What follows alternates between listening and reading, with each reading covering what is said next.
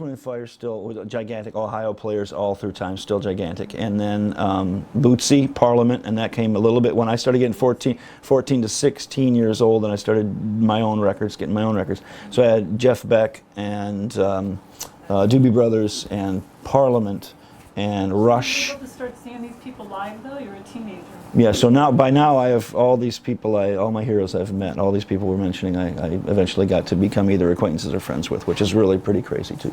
It comes right down to it. But yes, all those, got my first base when I was, I think, 14, maybe my 14th birthday. And so once that was kind of it. I remember I was playing saxophone in high school band, right from 7th grade, marching and otherwise. And, you know, pretty cornball, man. Middle of Michigan, farmland thing, it was something to do, whatever. The coolest guy in the band at school was the guy that got to play the drum kit. Finally had introduced a drum kit into stage band or whatever. And before it was always just, you know, finally a real drum set in the band room. And the guy that played it, Andrew Buckley. That's, wow, I hadn't thought about that in a long time. He brought Kiss Dressed to Kill to school. And he was the drummer. He played the drum kit when we all were playing saxophones and trumpets. He was the cool guy. He brought the Kiss album. From that day on, it has never been the same. As soon as I saw that cover of Dressed to Kill, and that's them in the suits with the makeup on still, that was it. So when my next birthday came around, I wanted to be Gene Simmons. I asked for a bass, and my dad got me one. So for better or worse. That was like the big and we, kickoff into bass.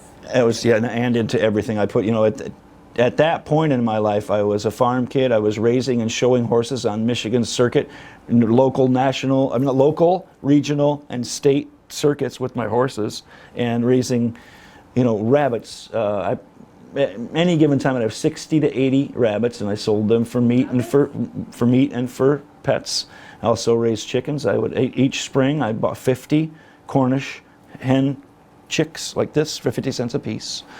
And I had to save my 25 bucks from selling my other stuff, from selling the eggs, get 25 bucks by those chicks. Those chicks all were sold for meat, because they're Cornish meat, and then had all laying hens, and I sold those eggs at church every Sunday.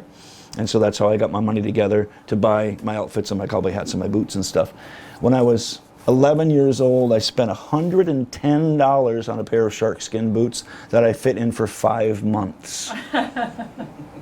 But that's where 5 months for magic. I was rolling, though, if you think about that. I was 11, and I spent $100 for a pair of boots. That's how hard I was working with my own thing, and I kept my own books. I kept my own, all of that stuff, because my dad was an accountant. So I learned how to do that myself, and then have that for the horse feed and so on and so on. So, but the reason I told that was because that was my life then. I would go to school, shit on my boots. You know, I mean, I didn't think anything, that's just how it is. Didn't think any different thing about it. Kiss came along. Horses got sold, the rabbits got sold, the chickens got sold. It all went behind, and I just started going for the music.